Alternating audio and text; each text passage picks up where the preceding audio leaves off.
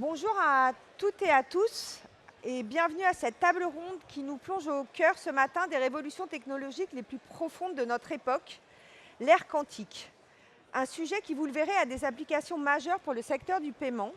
Nous sommes à l'aube du Q-Day, ce moment où l'informatique quantique pourrait potentiellement bousculer les fondements de notre sécurité numérique actuelle. Et en France, on n'est pas en reste, grâce notamment à la stratégie nationale quantique lancée par Emmanuel Macron le 21 janvier 2021, afin que la France devienne un acteur incontournable des technologies quantiques. Pour décrypter ces défis et ces opportunités, j'ai le plaisir d'accueillir ce matin, tout d'abord, Élie Girard. Vous êtes président exécutif d'Alice et Bob et vous allez nous offrir une vision fondamentale de l'informatique quantique. Amani Hakim, vous êtes directrice innovation chez Idemia. Guillaume Daboville, vous êtes expert sécurité et responsable du programme des évolutions cryptographiques pour CB. Et enfin, François Lemaire, vous êtes directeur produit chez Thales. Merci à tous d'être là ce matin. Et tout d'abord, nous allons nous plonger dans l'informatique quantique. Un vaste sujet, assez compliqué. Élie, vous êtes président exécutif d'Alice et Bob. Avant tout, avant de nous expliquer ce que c'est que l'informatique quantique, en quelques mots, est-ce que vous pouvez présenter votre entreprise ? Avec plaisir. Bonjour à tous et merci de l'invitation. Alice et Bob, c'est une entreprise française qui a vocation à construire un ordinateur quantique. On va sans doute expliquer un petit peu de quoi il s'agit en bon français. Et qui a été créé par deux fondateurs de génie qui s'appellent Théo Perronin et Raphaël Lescane il y a 6 ans maintenant, et qui aujourd'hui compte plus de 200 salariés et est devenu en 6 ans une des meilleurs espoirs dans le monde d'arriver à fabriquer une telle machine. Donc c'est une formidable aventure avec des gens jeunes, pour la plupart diplômés de notre système éducatif d'enseignement supérieur français et de recherche. Mais je pense qu'on va en reparler. Oui, tout à fait. Juste pour peut-être un peu rappeler ce que c'est que l'informatique quantique et surtout en quoi c'est différent de l'informatique classique. Quels sont, en quelques mots, les fondamentaux de ces deux systèmes ? Alors c'est totalement différent, ça n'a vraiment rien à voir. En fait, même on appelle informatique les deux, ordinateur, voilà. Donc parce qu'à la fin, en termes d'usage, c'est bien pour faire des calculs, des simulations, mais le fonctionnement de chacune des machines n'a absolument rien à voir. L'ordinateur quantique utilise en fait les mathématiques très riches de la physique quantique, qui est une théorie qui explique le fonctionnement des atomes et des électrons, enfin au niveau donc atomique et subatomique de la matière. Qui est assez vieille, je crois. Qui a 101 ans. On date ça de 1925. C'est pas tout à fait. Voilà, c'est enfin, de début du XXe siècle. 1915 à 1925, il y a beaucoup de gens qui se sont penchés sur le berceau de la théorie quantique. On peut pas dire qu'il y a un seul auteur, mais en gros, ça a plus de 100 ans. C'est une théorie qui explique le fonctionnement de la matière, le comportement de la matière au niveau atomique, subatomique, qui n'a jamais été remise en cause pendant plus de 100 ans, ce qui est quand même exceptionnel avec les technologies qu'on a développées en 100 ans. On aurait imaginé qu'on aurait réussi à la mettre en défaut, à montrer que telle ou telle expérimentation la remettait en cause. Ça n'est jamais arrivé. Et elle continue à décrire cet état de la matière, ce comportement de la matière, de façon, encore une fois, inégalée.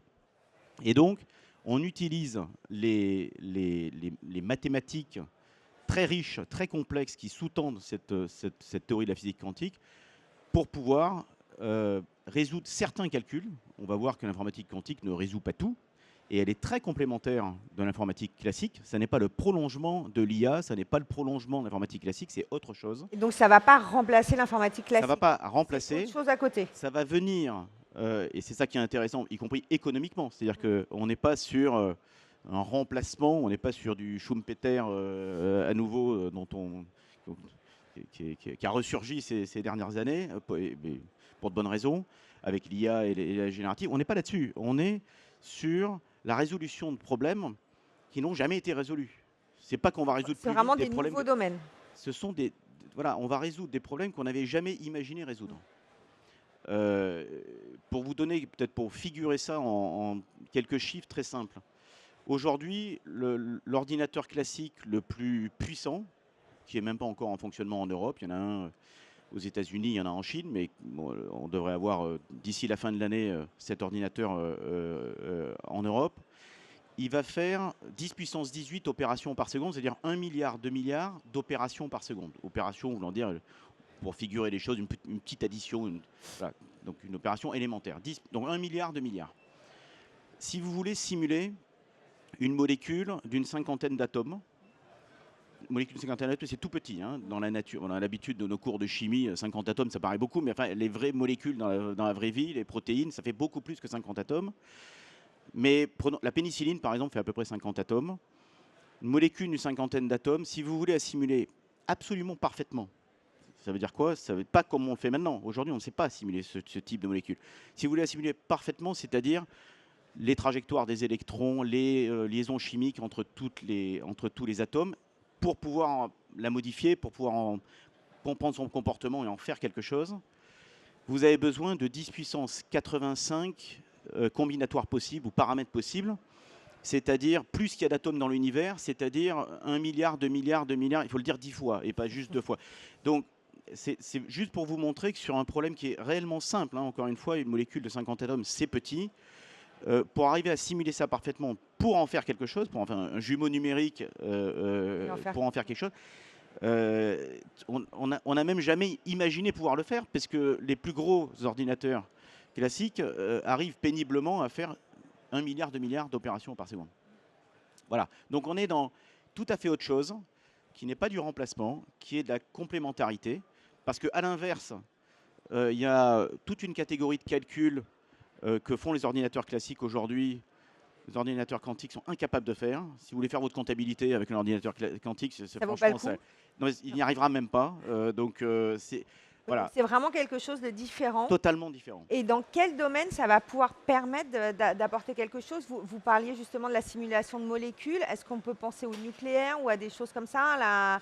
Quels sont les domaines industriels ou les domaines de recherche dans lesquels ça va être vraiment intéressant? Alors, il y a, usuellement, on classe ça en 4 grands domaines de nature de problèmes qui vont pouvoir être résolus. Et vous verrez que ces 4 natures de problèmes interviennent dans absolument tous les secteurs. Je ne connais pas un secteur industriel qui ne va pas être touché par le quantique. Alors, à des échéances qui peuvent être un peu différentes, parce que la taille des ordinateurs nécessaires va varier en fonction des problèmes dont on parle. Mais donc, les 4 grandes catégories, c'est quoi? C'est la simulation, on en parlait. Donc, et la simulation, c'est la simulation de molécules, évidemment, pour la santé. La résolution des cancers, énorme sujet, évidemment, et énorme champ d'application. Tout ce qui est création de nouveaux matériaux. Alors, tout ce qui est matériaux condensés en particulier, ça va être dans les premières applications. On va parler un peu de l'horizon, mais c'est quelque chose qu'on peut imaginer autour de l'année 2030 ou au début des années 2030, donc ça va venir très très vite. Simulation de molécules qui vont pouvoir fixer la molécule de CO2, par exemple, donc avec toutes les implications sur le changement climatique. Voilà, donc ça c'est la simulation de molécules avec toutes ces applications. Ensuite, vous avez l'optimisation. C'est un sujet différent, un peu plus complexe en termes de taille de machine nécessaire, donc certainement un peu plus vers le milieu des années 2030 pour résoudre des problèmes vraiment complexes. Dans les transports, dans la logistique, pour ceux qui connaissent les fameux problèmes du voyageur de commerce, c'est-à-dire voilà, comment j'optimise un trajet pour aller plus vite. Voilà, entre différents points, ça paraît tout simple. Mais dès que vous ajoutez un certain nombre de points, ça devient très vite très compliqué. Et l'ordinateur classique ne sait pas gérer ça. Donc voilà, donc pour des entreprises comme CMA-CGM par exemple, ça peut être intéressant pour la SNCF, ça peut être intéressant pour le transport encore une fois, routier, tout ce qui est transport routier, transport, logistique et tout un tas d'autres problèmes qui sont liés à l'optimisation. Optimisation de portefeuille financier aussi, avec ce qu'on appelle les Monte Carlo quantiques. Personnellement, ça me fait moins rêver en soi, mais voilà, ça a des vraies implications. Ensuite, vous avez tout le champ du machine learning. On pense qu'il y a certains algorithmes quantiques qui vont permettre d'accélérer certains types de machine learning. Et puis le dernier, c'est évidemment la cryptographie, c'est-à-dire le fait de casser des codes, ce qui est souvent une des raisons pour lesquelles le quantique est connu. On va en parler Mais d'ailleurs ce voilà, matin. on va en parler parce que ça intéresse évidemment tous les participants aujourd'hui. Mais merci de me donner l'occasion d'ouvrir un peu sur des champs, on va dire peut-être plus positifs, et en tout cas beaucoup plus larges en termes d'impact économique. Oui, c'est un peu comme, on pourrait dire comme n'importe quelle découverte. Le nucléaire, ça a des impacts positifs et des impacts négatifs. Ça dépend vraiment de ce que vous en faites. Et là ce qu'on comprend, c'est qu'avec cette révolution quantique, c'est pareil. Ça permettra certainement à des fraudeurs à augmenter les cyberattaques ou les problèmes de cryptographie dont nous allons parler. Mais ça va permettre aussi un champ d'application nouveau, De plus grande visiblement sécurisation. immense, de plus grande sécurisation. Et donc, c'est tout l'intérêt. On parle beaucoup de cette fameuse date, à partir de quand on aura un véritable ordinateur quantique ou en tout cas des applications industrielles. Est-ce que vous pouvez nous donner un petit aperçu Oui. du calendrier à venir en fait? du calendrier. Je dirais, il y a deux dates. Il y a la date à laquelle on va réussir à résoudre un vrai problème utile, industriellement utile, que le plus gros des ordinateurs classiques ne sait pas résoudre. Ça va pas être la crypto, pour commencer. Ça, comme je l'ai mentionné tout à l'heure, ça va sans doute être plutôt de la simulation de matière condensée. Et c'est quelque chose entre 2028 et 2030. Ce que je vous dis là, c'est ce qu'on pense nous, mais c'est un peu un consensus dans l'industrie, enfin, parmi les leaders US et Europe. Le problème de ce que je viens de dire, c'est que le problème n'est pas bien défini, c'est-à-dire quel est un problème utile, etc. Donc c'est d'où une deuxième date, où là le problème est très très bien défini, et il nous concerne tous ici, qui est le sujet d'arriver à faire tourner ce qu'on appelle l'algorithme de Shor, qui va permettre de casser, entre guillemets, les systèmes de crypto fondés sur RSA 2048, c'est-à-dire on prend un chiffre d'une taille de 2048 bits, et comment fait-on pour le factoriser en nombre premier? Voilà, donc le problème est mathématiquement très clair.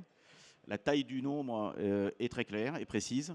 Et ça, on imagine entre 2033 et 2035. Okay. C'est-à-dire, donc ça va arriver très vite. Ça vient très très vite. Bon, on peut se tromper sur les dates. On ne sait pas exactement où en sont les Chinois, par exemple. Voilà, donc il y a autour des dates que je donne. En général, dans la recherche, elles ont tendance à shifter un peu plus tard. Dériver un petit peu. Mais bon, vu les enjeux associés à ça, et je pense que je n'ai pas besoin de le dire ici, il faut aussi se prémunir sur une arrivée du QD. Le QD étant peut-être plus la deuxième date. La deuxième date que la première. Oui. Voilà, autant se prémunir dès aujourd'hui de quelque chose qui pourrait éventuellement arriver un petit peu avant les dates que j'ai données. D'accord. Une dernière question peut-être pour clore ce chapitre d'introduction sur le quantique. On voit que la France, vous êtes là, il y a d'autres startups qui travaillent sur le quantique en France, il y a une stratégie nationale. Donc la France est plutôt bien placée. Quels sont les grands concurrents internationaux? C'est essentiellement les États-Unis et la Chine? Oui, et c'est une, enfin pour finir cette introduction sur une note vraiment très très positive, enfin, au-delà de toutes les applications dont on a parlé, qui encore une fois sont effectivement positives, y compris la meilleure sécurisation de nos transactions. On a là, en tant que pays, une chance que je n'ai jamais connue personnellement, et je ne pense pas qu'on l'ait connue depuis peut-être 70 ans dans le monde des technologies, où la France joue à jeu égal avec, je dis bien la France et pas l'Europe d'ailleurs, parce que en fait, en Europe, l'immense majorité des startups qui essaient de construire un ordinateur quantique sont en France. Donc c'est la France, c'est les États-Unis et c'est la Chine. Et aujourd'hui, en termes de performance technologique, on joue à jeu égal. Alors ça peut changer. C'est une matière très difficile. Il faut rester très humble. Les financements ne sont pas du tout à la même hauteur, ça on a l'habitude. Mais pour l'instant, on est vraiment sur un pied d'égalité avec sur ce podium, mais où il n'y a pas encore de classement. Il n'y a pas encore de numéro 1, de numéro 2, de numéro 3. Non, mais donc c'est quand même, c'est pour moi la plus belle promesse dans le monde des technologies d'une France qui revient sur le devant de la scène. Vous espérez qu'on va continuer justement à financer ces recherches et les startups et qu'on arrive à créer un écosystème entre les startups, les industriels peut-être aussi? On est extrêmement soutenu en France, BPI France, France 2030, le président de la République lui-même. Après, on est sur des facteurs de financement qui sont de 1 à 10 par rapport aux États-Unis. Alors, on se gargarise toujours en disant on a une recherche qui est beaucoup plus productive, mais on ne va pas pouvoir être intelligent, plus intelligent que tout le monde pendant très longtemps. Voilà. Parce que je pense qu'on ne l'est pas. Donc, il y a un moment, la contrainte de financement risque de mordre. Mais on n'est pas encore là. Une dernière petite question, parce qu'on n'en a pas parlé. Vous avez parlé de la contrainte de financement. Avec les nouvelles technologies, il y a une nouvelle contrainte qui a apparu récemment, qui est notamment liée à la dépense énergétique. On le voit, vous avez parlé d'IA. On construit de plus en plus d'immenses data centers pour faire tourner ces IA. L'ordinateur quantique, il est plus ou moins vertueux? Alors, non, merci de poser la question parce que c'est effectivement une idée reçue souvent. Parce qu'on vit dans un monde où on rajoute des GPU tous les jours à tous les systèmes et on est dans ce qu'on appelle la force brute avec l'IA parce que voilà, on rajoute de la GPU, on cumule énormément de GPU et donc d'infrastructures qui consomment énormément d'énergie. Comme je disais tout à l'heure, le calcul quantique n'a rien à voir par nature. Il utilise des propriétés très fondamentales de la matière et pas du tout des processeurs façon GPU. Ce qui a des conséquences sur la réponse à votre question, c'est-à-dire que là où un supercalculateur, comme celui que je mentionnais tout à l'heure, va consommer en plusieurs dizaines de mégawatts, machine quantique va consommer plusieurs dizaines de kilowatts. Donc on est sur un facteur 1000, on est aussi sur un facteur 1000 ou un petit peu moins de 1000 sur la surface au sol. On n'est pas du tout sur des immenses data centers. Voilà, donc il y a d'autres avantages au calcul quantique, mais votre question démontre à nouveau qu'on n'est absolument pas dans le prolongement, et dans lui more of the same, en bon anglais, de l'informatique classique et de l'IA. Okay, merci beaucoup pour cette introduction. J'espère que maintenant vous êtes tous calés sur l'informatique quantique. On va parler de ses conséquences positives ou négatives, ses conséquences sur le domaine des paiements et comment vous avez parlé de cryptographie et du fait qu'on pourrait éventuellement casser les codes de crypto. Comment justement les acteurs du paiement se préparent à ce monde quantique qui pourrait arriver. On va commencer avec vous, François Lemaire. Merci d'être là ce matin. Vous travaillez pour Thales et Thales est très actif justement sur la question du quantique, non seulement sur l'ordinateur, mais aussi dans d'autres domaines. Dans quel domaine Thales est-il actif dans le quantique? Et est-ce que vous pouvez commencer à nous parler un petit peu de la question du paiement? Alors, merci beaucoup déjà pour l'invitation. Je remercie CB. Donc Thales, en quelques mots, c'est un leader mondial des hautes technologies. Donc vous connaissez Thales pour le secteur de la défense, pour le secteur de l'aérospatial, pour le secteur de la cybersécurité et du digital. Donc en deux mots, Thales, c'est 83 000 collaborateurs, dont la moitié en France. C'est 20 milliards de chiffre d'affaires et c'est 4 milliards d'euros d'investissement en R&D réalisés chaque année. Donc Thales est vraiment au cœur de la seconde révolution quantique. Donc dans la seconde révolution quantique, on a l'ordinateur quantique mentionné par Élie Girard. Mais on a aussi les capteurs quantiques et Thales est vraiment particulièrement innovant sur ces sujets. Donc c'est un mélange de recherche fondamentale et d'ingénierie de pointe. Et alors le capteur quantique utilise donc les propriétés d'intrication, de superposition des particules. Et on va pouvoir augmenter la sensibilité des capteurs. Et là, je reprends le facteur 1000 dont parlait Élie Girard. Là, on parle typiquement d'une augmentation non pas de 10% de la sensibilité d'un capteur ou d'une machine inertielle ou d'une antenne ou d'un radar, mais potentiellement d'une augmentation d'un facteur 1000.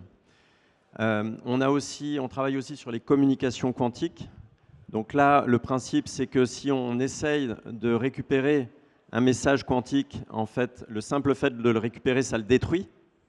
Donc ça, c'est un avantage d'une certaine manière, puisque si quelqu'un essaye de l'intercepter, on ne pourra plus l'utiliser pour le chiffrement. Voilà, c'est une vraie question pour la défense, pour le coup, pour tout le secteur militaire. Et donc, on participe à de nombreuses expérimentations et des mises en œuvre qui consistent en gros, depuis un satellite, d'envoyer des clés quantiques à des stations terrestres.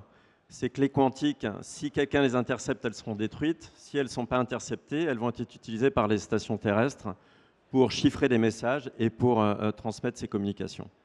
Donc ça, c'est le deuxième domaine dans lequel on intervient. Et concernant l'ordinateur quantique, donc nous, on travaille beaucoup sur les applications de l'ordinateur quantique et notamment les conséquences en ce qui concerne la cryptographie.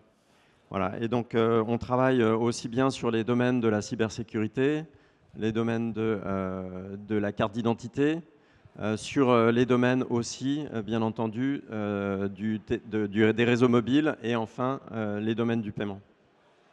Alors peut-être je voulais juste mentionner une chose, c'est-à-dire qu'aujourd'hui, ce qui va être vulnérable, ce sont les données qui ont une durée de vie longue. Donc typiquement, le principe, c'est un principe fondamental concernant la cryptographie post-quantique, c'est un cybercriminel va essayer de stocker les données pour dans 10, 20 ans, 30 ans, quand l'ordinateur quantique sera là, pouvoir les décrypter. Oui, et donc, selon les secteurs, on a des risques qui sont plus ou moins importants. La cybersécurité, bien sûr, en premier lieu, mais aussi la carte d'identité, par exemple. Donc, chez Thales, on a annoncé en fin d'année dernière une première carte d'identité qui implémente un algorithme résistant à l'ordinateur quantique, qui a été certifié par l'ANSSI, par l'Agence nationale de sécurité des systèmes d'information, au niveau Common Criteria EL6+, donc avec un algorithme MLDSA. Voilà, donc un premier produit pour adresser la menace de l'ordinateur quantique. Qui n'est pas encore en circulation. Qui n'est pas encore en circulation, 2035 peut-être. D'accord.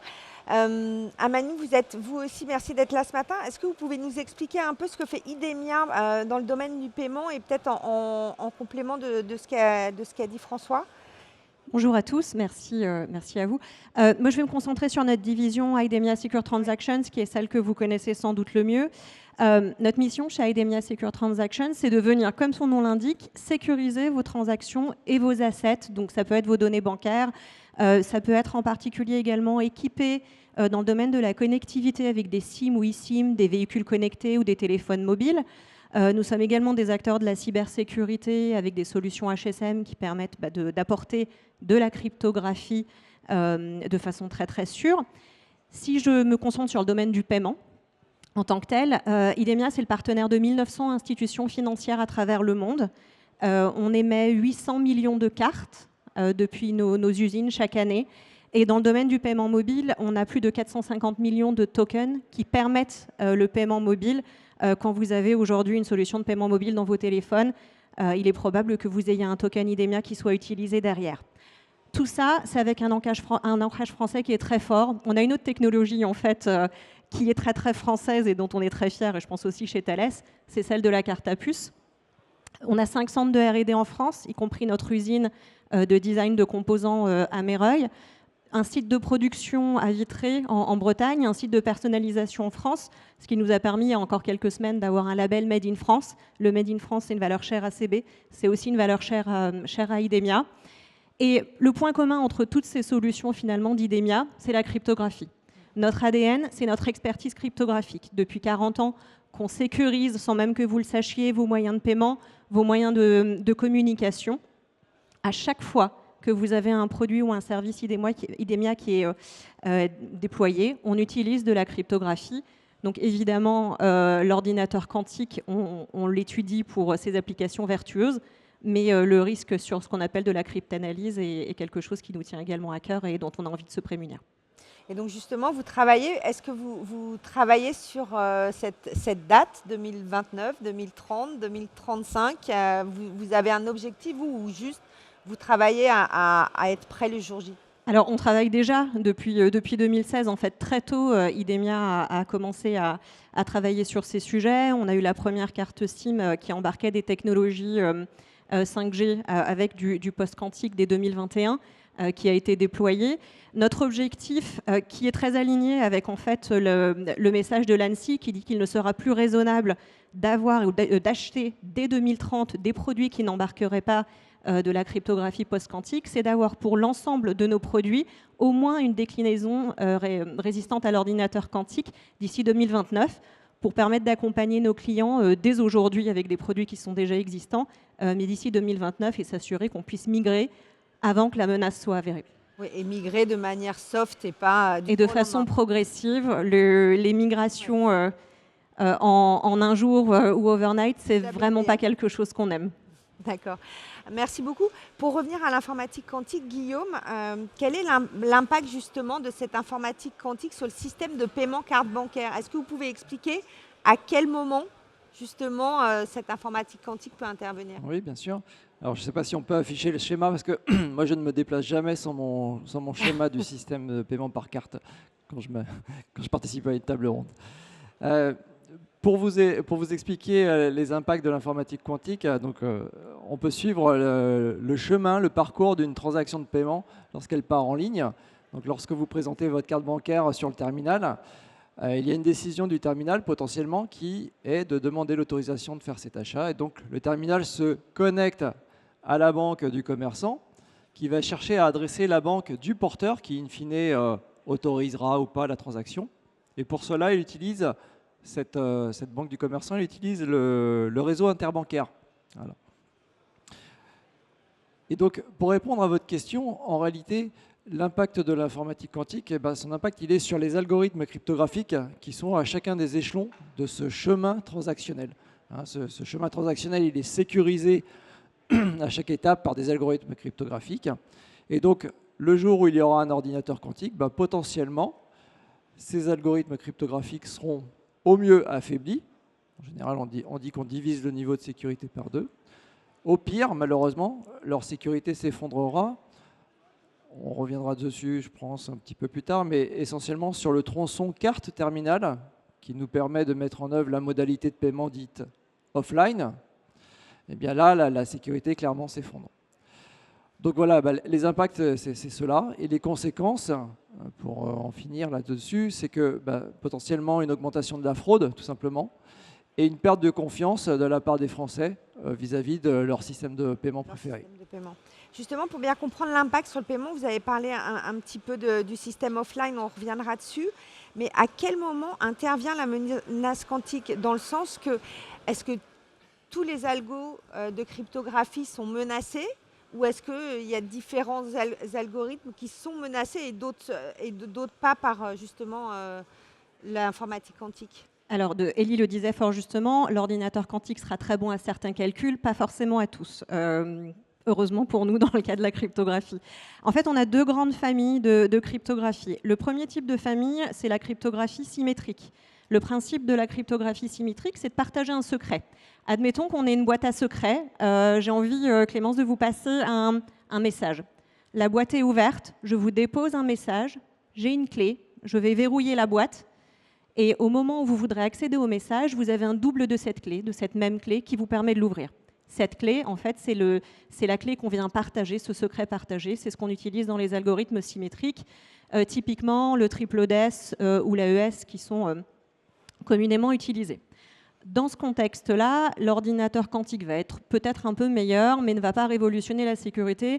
On parle toujours en cryptanalyse de l'âge de l'univers pour réussir à peu près à casser ou à résoudre ce calcul.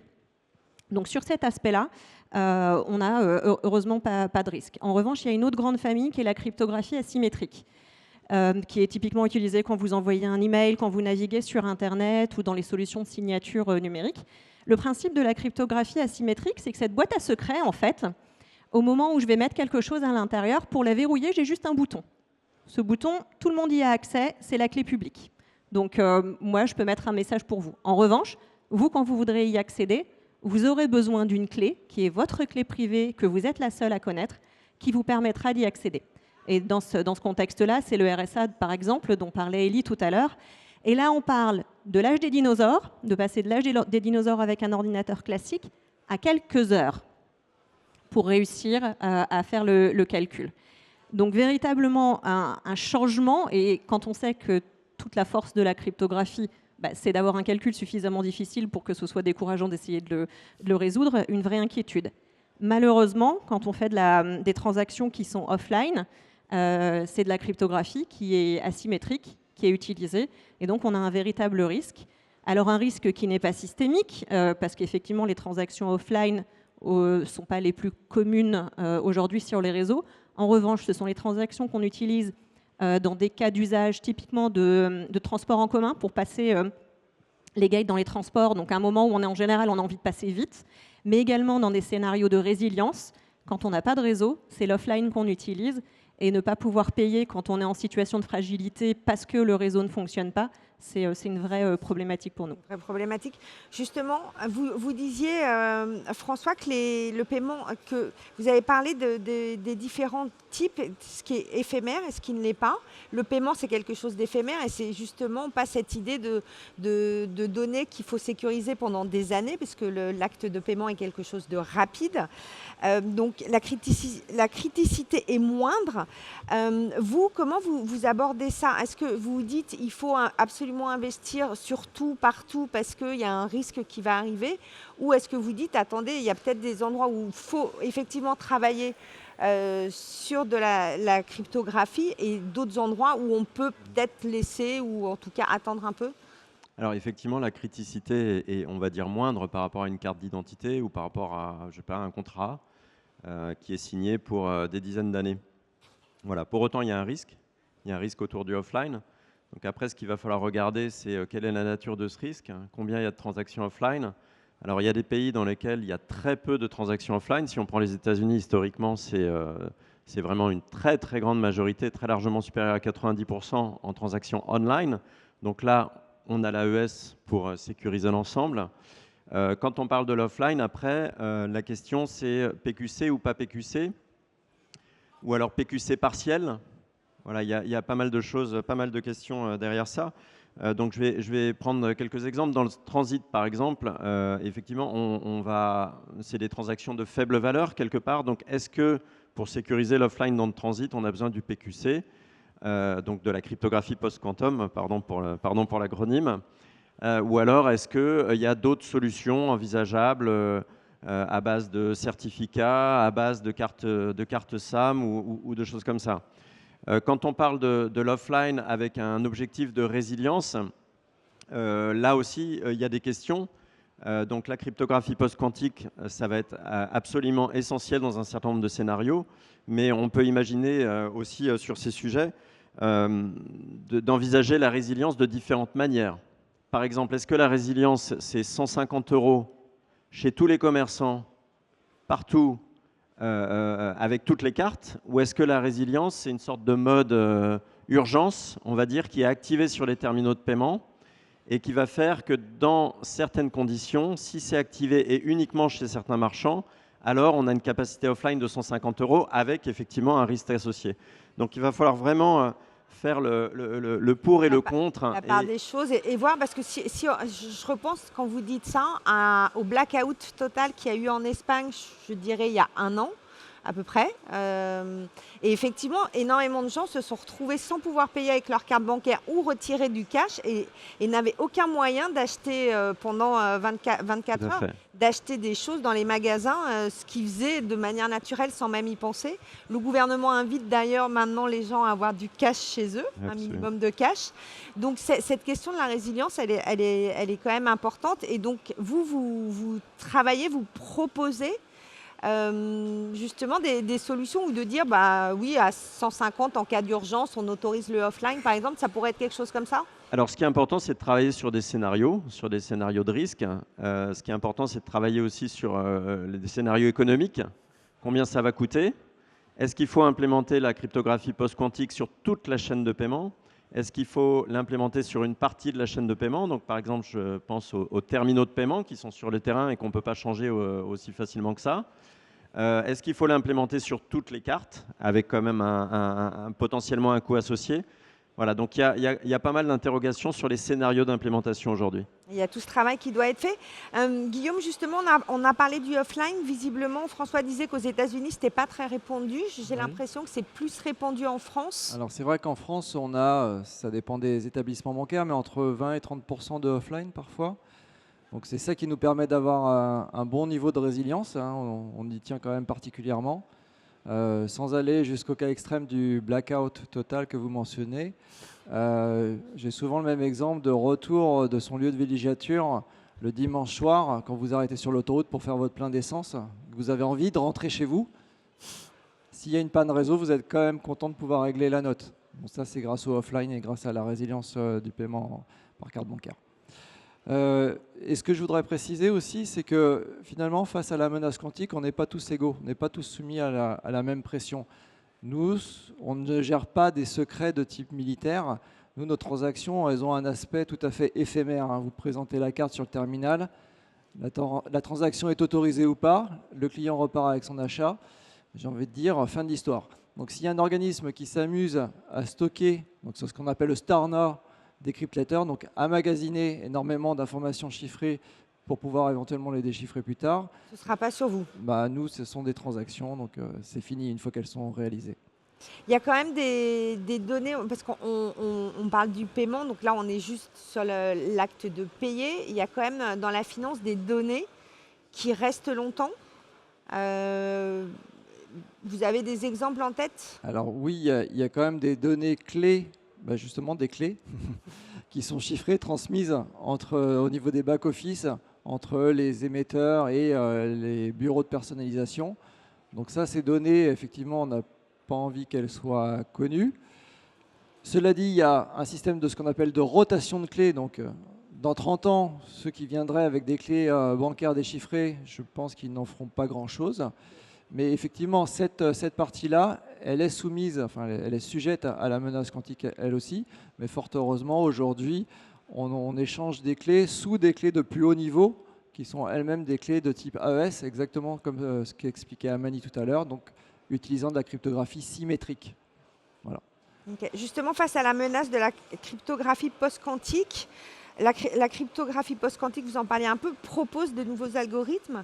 Elie, est-ce que vous pouvez nous en parler un tout petit peu? Est-ce que c'est cette idée, j'ai l'impression que la défense avance sur le risque en fait? Oui, c'est assez intéressant parce que ça n'a pas toujours été le cas. On a effectivement des algorithmes post-quantiques, donc qui sont censés résister aux attaques quantiques. On en a 3, enfin, qui ont les 3 à peu près la même souche, donc on ne sait pas exactement s'ils sont vraiment indépendants ou pas, qui ont été tamponnés, on va dire, par le NIST, qui est une instance essentiellement américaine, mais enfin bon, qui est quand même compétente. Il y a 3 ans maintenant, les Chinois ont essayé de les attaquer, ont fait des publications en disant « ça y est, on a réussi à les craquer », mais pas vraiment, en vrai. Pas vraiment. Donc ils ont l'air de résister, mais bon, là aussi, je ne sais pas devant mes camarades que je vais dire ça. Un algorithme post-quantique, c'est fait pour être craqué. La question, c'est combien de temps ça va durer. Pour l'instant, ça résiste pas mal. Il y a aux États-Unis, je crois que c'était en novembre 2022, donc très tôt, le président Biden avait signé un acte demandant, je crois que c'est à toutes les grandes administrations, de déployer l'un de ces algorithmes. De recenser et de protéger selon ces modalités, oui, que vous voilà, donc ils ont agi très très tôt au niveau du président, donc c'est quand même descendu très rapidement. Bon, on tâtonne un peu plus en Europe et en France, mais voilà, va quand même falloir s'y mettre sérieusement. La NSS interdit d'acheter des produits non résistants, non quantum safe à partir de 2027. Donc 2027, c'est vraiment de loin. Ouais. Et alors, je rajouterais peut-être un 4e algorithme que Thales a participé à construire, hein, qui s'appelle Falcon et qui a été effectivement standardisé par le NIST en 2022. Et peut-être, je rajouterais donc une chose, vraiment l'algorithme, c'est la partie émergée de l'iceberg. Ce qu'il faut, c'est effectivement avoir des stratégies de protection contre la cryptographie post-quantique.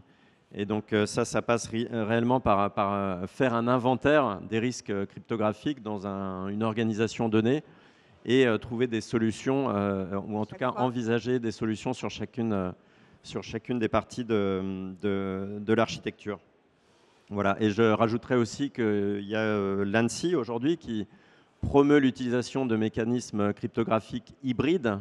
Donc en gros, qui combine un algorithme pré-quantique avec un algorithme post-quantique pour encore plus de sécurité dans les années à venir. Et donc vous, justement, chez Thales, vous proposez déjà des produits qui sont quantum safe? Alors oui, tout à fait. Donc en ce qui concerne notre division cybersécurité aujourd'hui, Vous savez qu'on est un des très très grands fournisseurs d'HSM dans le monde, donc modules de sécurité matérielle. Et nos modules de sécurité matérielle, et notamment dans le cadre des exigences du gouvernement américain, sont aujourd'hui intégralement certifiés avec ces fameux 4 algorithmes standardisés par le NIST. Voilà, on a aussi des matériels de chiffrement haut débit, high speed encryptors, qui sont utilisés dans la cybersécurité, et bien sûr toute une suite de logiciels. Voilà. Et ce qui est le plus important dans l'affaire, c'est vraiment être en capacité de fournir de l'assistance à l'implémentation, de l'assistance à la mise en œuvre, parce que parler de HSM ou parler de HSE, c'est une bonne chose, mais il faut surtout identifier les risques et vraiment s'ajuster, finalement, être en capacité de s'ajuster dans le futur à la menace de l'ordinateur quantique qui arrive. Tout à fait. Justement, pour garantir la sécurité de tout ce monde du paiement, on a beaucoup parlé des algos. La question, c'est que les cartes à puce, les téléphones, les terminaux de paiement, comment on peut les modifier? Alors, encore, les cartes à puce, ça peut aller assez vite. Les terminaux de paiement, les commerçants, par exemple, n'en changent pas tous les 2 mois. Qu'est-ce que vous proposez comme solution? Faut tout changer? Alors, on ne le sait pas encore de façon complète et j'espère que l'expérimentation nous permettra d'y répondre. Il y a déjà des solutions, François parlait de HSM, on a également des librairies cryptographiques qu'on a implémentées qui permettent d'envisager cette transition, qui sont également certifiées par le NIST. Et en fait, le principe de ces librairies cryptographiques, on va embarquer à la fois des algorithmes classiques et des algorithmes de cryptographie post-quantique. L'objectif étant très tôt de pouvoir déployer ces logiciels qui nous permettront, en fonction de la menace, du fait que le risque soit avéré, et aussi du fait d'avoir pris le temps de réfléchir au cas d'usage. Quand on pense migration vers de la cryptographie post-quantique, on ne pense pas à migration 1 pour 1. Je ne remplace pas du RSA par du MLChem. C'est plus compliqué que ça, parce qu'il faut vraiment réfléchir au protocole en tant que tel. Donc le fait de très tôt pouvoir positionner ce genre de librairie cryptographique dans ces matériels est extrêmement important. L'autre chose qu'on fait, c'est qu'on a déjà intégré à l'intérieur de nos composants ce qu'on appelle des accélérateurs post-quantiques. Les algorithmes post-quantiques sont plus gourmands en capacité de calcul. Donc le fait d'avoir des accélérateurs spécifiques à l'intérieur de nos puces, ça nous permet d'envisager l'avenir de façon plus sereine.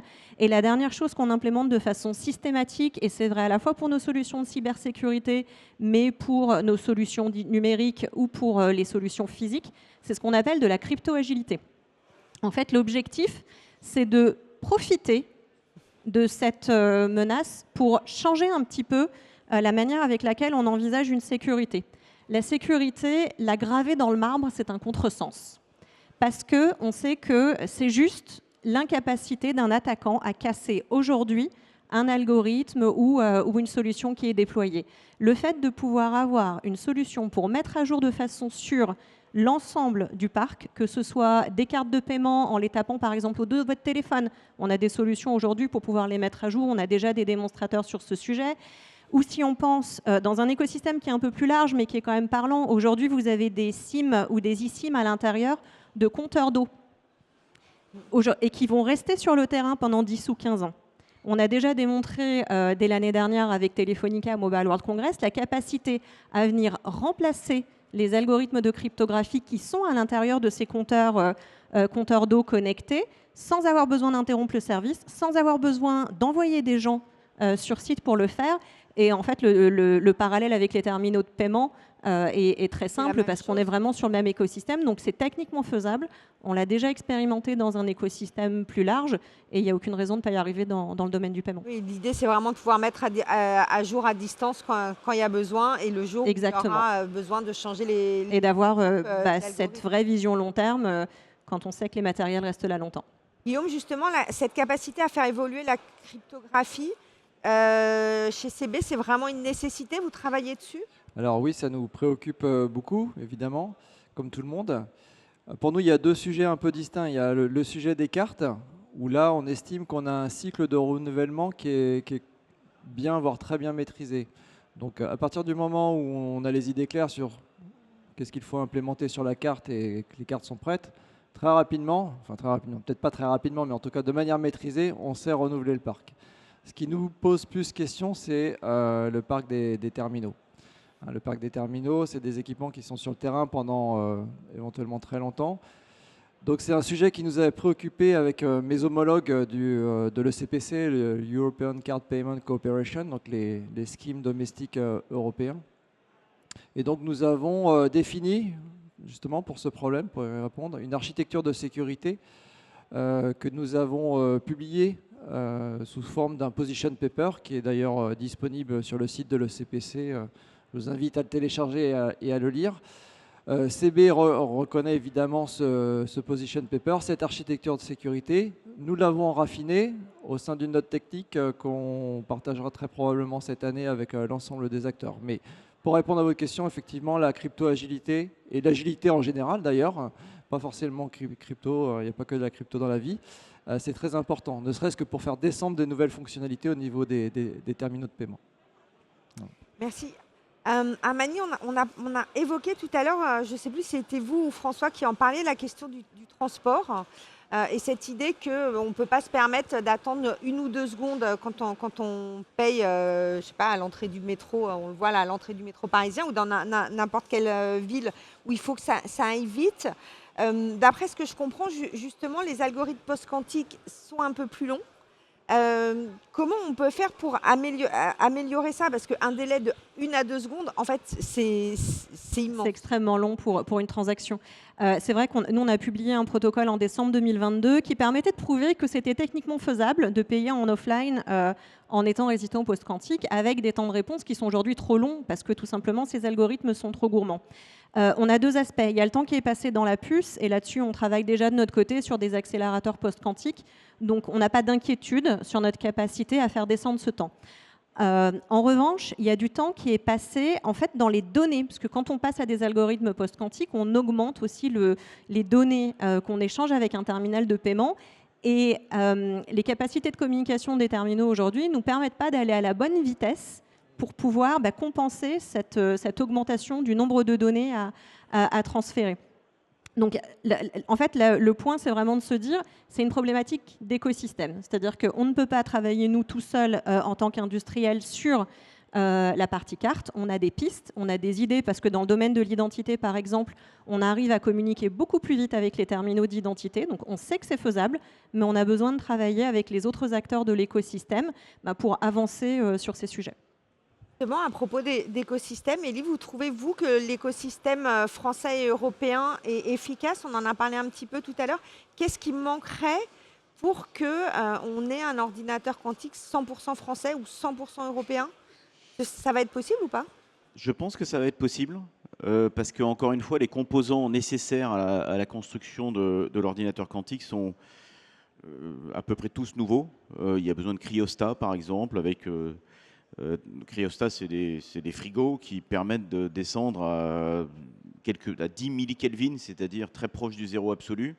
Donc c'est une technologie aujourd'hui qui fonctionne très bien, mais qui il y a encore 5 ans était balbutiante. Pas balbutiante, mais disons qu'on se demandait si ça allait passer à l'échelle. Aujourd'hui, c'est vraiment éprouvé, ça va passer à l'échelle. Tout ça pour arriver à ce que les matériaux justement se comportent de façon quantique et ne soient pas ne subissent pas des interférences du monde classique. Donc refroidir les atomes, refroidir les éléments supraconducteurs. Il y a un très bon fabricant en Finlande. Et je peux faire ça sur absolument toute la chaîne de valeur. Il y en a sur lesquels il faut encore qu'on monte en puissance, mais on a la capacité. Disons que les designers de puces quantiques sont quand même beaucoup en France. Il y en a d'autres, en Finlande d'ailleurs aussi, il y en a d'autres dans d'autres pays européens, mais comme je le disais, la France vraiment est très dominante là-dessus en Europe. Mais tout ce qu'on appelle les technologies habilitantes, c'est-à-dire l'écosystème, qui va permettre, avec tous ces composants, d'industrialiser et de bout en bout, d'avoir un ordinateur quantique totalement européen, c'est possible. Et à part quelques petites fragilités sur certains points, il n'y a rien de rédhibitoire et on est en train de monter en puissance. Après, l'écosystème, ça c'est l'écosystème de fabrication, côté production. Il y a un autre écosystème qui est important pour tirer tout ça, au-delà des financements purs, c'est évidemment les utilisateurs. Et là, je pense que ça intéresse tout le monde. C'est-à-dire que, évidemment, le secteur du paiement est un utilisateur, mais s'il n'y a que le secteur du paiement, Ça suffira ne pas. va pas permettre de tirer toute Oui, l'industrie. il y a tous les industriels qui pourraient être intéressés Exactement. En fait, par ce que permet de faire l'informatique quantique. Et c'est en train enfin, voilà, beaucoup d'industriels, la plupart des industriels de tout secteur, la quasi-totalité des grands groupes du CAC 40 et en dessous s'intéressent au quantique, commencent à s'en inquiéter. Un peu sur les sujets de crypto, mais beaucoup sur toutes les applications que ça va leur permettre de faire, dont je parlais tout à l'heure. Donc, il y a cette partie de l'écosystème côté demande, côté client, qui est en train de bouger et de s'intéresser au sujet pour être sûr de ne pas rater un virage qui va arriver très vite. Je voulais peut-être revenir sur le temps transactionnel tout à l'heure, qui était mentionné dans la réponse d'Amani. En fait, c'est vrai qu'on a un vrai problème de taille. L'environnement, la monétique aujourd'hui se base sur un standard qui est un standard majeur qui s'appelle EMV, que tout le monde connaît. Et dans l'EMV aujourd'hui, on sait gérer des données d'une certaine taille, mais au-delà d'une certaine taille, on ne sait plus les gérer. Si on prend une signature MLDSA par exemple, une signature, alors on a fait une expérimentation de carte de paiement. On a remplacé le RSA par du MLDSA 65. Donc si on prend du MLDSA 65, on a une signature qui fait 3 kilooctets, 3 kilobytes, donc à comparer avec 256 bytes pour une signature RSA. Donc on est sur des magnitudes qui sont très importantes. On parlait du coup, qui dit beaucoup de données dit aussi vitesse de communication très importante. Donc typiquement dans l'expérimentation qu'on a faite, la carte de paiement qu'on a faite avec cet algorithme MLDSA, donc c'est une carte de paiement qui s'appuie sur l'operating system de notre carte d'identité qui a été certifiée par l'ANSSI récemment. Et ben, quand on exécute la transaction, pour avoir des bonnes transactions, on est obligé de multiplier par 6 ou par 7 la vitesse de communication entre la carte et le terminal de paiement. Voilà, et le dernier point, c'est que bien sûr, c'est des gros objets qu'on manipule. Donc ça veut dire plus de mémoire vive, ça veut dire des cartes qui sont plus performantes. Donc bien sûr, ça a un impact économique. Voilà, donc ça c'est un peu les côtés à gérer. Il va falloir gérer cet aspect-là. Maintenant, les résultats qu'on obtient sont relativement bons puisqu'on atteint, selon qu'on fait d'une transaction online ou une transaction offline, entre 1 et 2 secondes de transaction. Alors ça reste, voilà, c'est ce qu'on disait tout à l'heure, ça reste encore un petit peu trop long, mais avec les progrès qu'on observe sur les puces, avec les accélérateurs cryptographiques, on est persuadé qu'à horizon, on va dire une demi-douzaine d'années, sans aucun problème, on arrivera à faire des produits qui soient dans les temps actuels, qui sont à peu près, typiquement pour une transaction contactless, 500 millisecondes. C'est plutôt 300 qu'on vise en règle générale, mais oui, c'est... Et on a des performances qui sont similaires et donc un intérêt commun. On va continuer puisque le temps passe. Guillaume, on a beaucoup parlé du système CB, c'est vraiment un des piliers de nos paiements au quotidien. On a évoqué justement cette menace quantique qui peut aussi être un avantage, mais là on a plutôt parlé du côté menace. Est-ce que vous pouvez nous dévoiler votre plan d'action pour être quantum safe chez CB ? Oui, tout à fait. Alors, on a un plan d'action qui se répartit selon 3 axes. On a un axe que j'appelle prévention, selon lequel en fait, on souhaite migrer vers l'AES. Voilà, j'utilise l'acronyme puisqu'il a déjà été utilisé. Donc, pour se mettre à niveau, tout simplement à l'état de l'art et bénéficier pour nos autorisations, nos demandes d'autorisation, d'un système qui soit quantum safe, à la fois pour les demandes d'autorisation, mais également pour ce que l'on appelle la vérification du code confidentiel en ligne. Ça, c'est le premier axe prévention de notre plan. Le deuxième axe, c'est l'axe de la détection des signaux faibles. Aujourd'hui, comme le précisaient Amani et François, on utilise beaucoup une cryptographie asymétrique pour nos transactions offline. Et donc, on voudrait être capable de détecter au plus tôt une éventuelle compromission de clé. Et on a tous les outils, on sait caractériser un début de fraude, on veut dire, sous cet angle-là. Et donc détecter au plus tôt pour pouvoir évidemment réagir. Et donc c'est ça le troisième axe de notre plan, c'est de mettre à jour notre plan de prévention et de secours pour pouvoir réagir de manière adéquate en cas de survenance d'un incident de sécurité tout simplement. Alors ce plan d'action, oui, juste pour finir là-dessus, parce que ça fait le lien avec ce qui a été dit juste avant, ce plan d'action, il ne répond pas à la problématique du offline. C'est ça. Nous, pour être tout à fait clair, chez CB, on n'a pas encore statué de migration de ce tronçon carte terminale pour la modalité offline. Donc on ne va pas migrer en 2026 vers les algorithmes post-quantiques asymétriques. Par contre, on a une attitude, une posture que je qualifierais de test and learn, en bon français, dans laquelle en fait, on va s'attacher à tester l'implémentation de ces primitifs, ces primitifs cryptographiques post-quantiques. Et donc c'est pour cela que nous avons décidé en 2026 de mettre en place 2 démonstrateurs avec les industriels ici présents, donc IDEMIA et Thales, pour pouvoir tester justement la mise en place de transactions post-quantiques pour servir notre ambition de résilience selon la modalité de paiement offline. Et justement, ces démonstrateurs, pour l'instant, ils ont donné quelque chose ou c'est encore trop tôt? Alors, pour l'instant, on ne les a pas encore fait, ces démonstrateurs, on va les faire. Donc, on va voir les enseignements qu'on va en tirer. Quoi ouais. Ce que l'on en attend déjà, c'est un statut sur la faisabilité technique d'implémenter les algorithmes post-quantiques sur ce tronçon entre un vrai terminal, pas juste un lecteur PCSC, mais un vrai terminal et une vraie carte bancaire. Ça, c'est le premier objectif. Le deuxième objectif, c'est évidemment d'en tirer les enseignements, justement parce que, pour rien de vous cacher, on anticipe qu'il va y avoir des difficultés et des problèmes de temps de transaction. Donc l'objectif, c'est de tirer les enseignements sur les standards en général internationaux qu'il faudra faire évoluer pour pouvoir tenir les performances. C'est ça nos 2 objectifs principaux. Donc cette migration, on a parlé justement de la question il va falloir migrer potentiellement toute une partie du système de paiement avec l'arrivée du quantique. C'est un coût important, c'est aussi une complexité importante et c'est un enjeu pour l'ensemble de l'écosystème. Il va falloir bientôt qu'on conclue.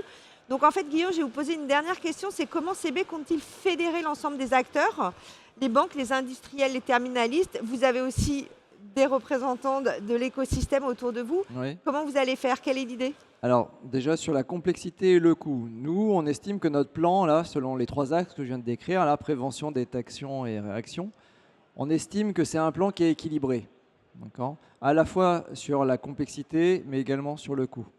On estime qu'il ne faut pas aller tout de suite vers la migration vers le post-quantique qui, pour le coup, pourrait coûter très cher si on le mettait en place dès à présent, puisque l'objectif de ces démonstrateurs, c'est déjà de tester la faisabilité technique. Donc on ne va pas s'embarquer dans quelque chose dont on ne connaît pas vraiment l'issue en avance. Sur l'aspect fédérateur que vous me demandiez, moi je crois que carte bancaire joue pleinement son rôle. Je faisais récemment le décompte de l'ensemble des acteurs de l'écosystème carte bancaire auprès de qui j'ai communiqué notre référentiel sur les exigences sécuritaires et notre roadmap pour justement migrer vers l'AES, pour ne parler que de cela. Ça représentait, je crois, une 50aine d'acteurs directement liés à l'écosystème. Donc c'est quand même assez considérable. Donc moi je crois que CB joue pleinement son rôle de fédérateur là-dessus. Du coup, vous êtes confiant pour passer dans un mode post-quantique que vous allez nous fournir bientôt? On est confiant, mais je ne l'ai pas dit au début, on est confiant depuis peu. C'est-à-dire qu'il y a encore 4-5 ans, il y avait un débat pour savoir si l'ordinateur quantique existerait un jour. Existerait un jour, ouais. Je crois que le débat est clos. Et maintenant, c'est plus une question de quand, à quelle puissance, combien de qubits, quand est-ce que les algorithmes de crypto vont fonctionner. Voilà.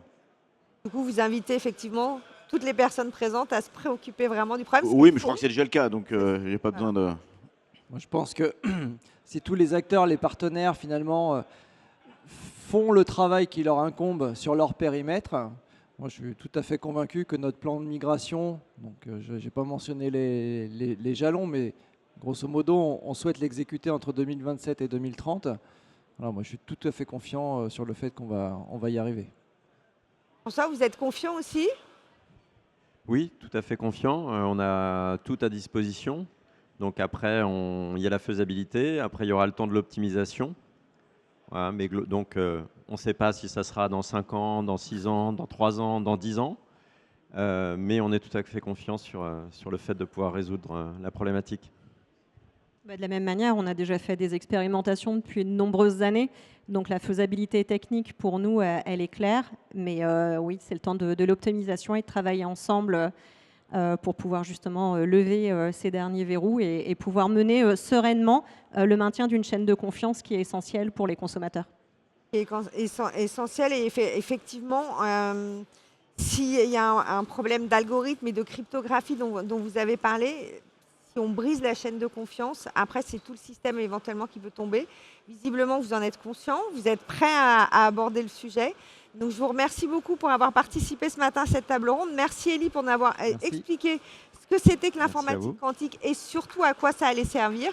Et je vous remercie aussi tous les trois d'avoir participé. Merci.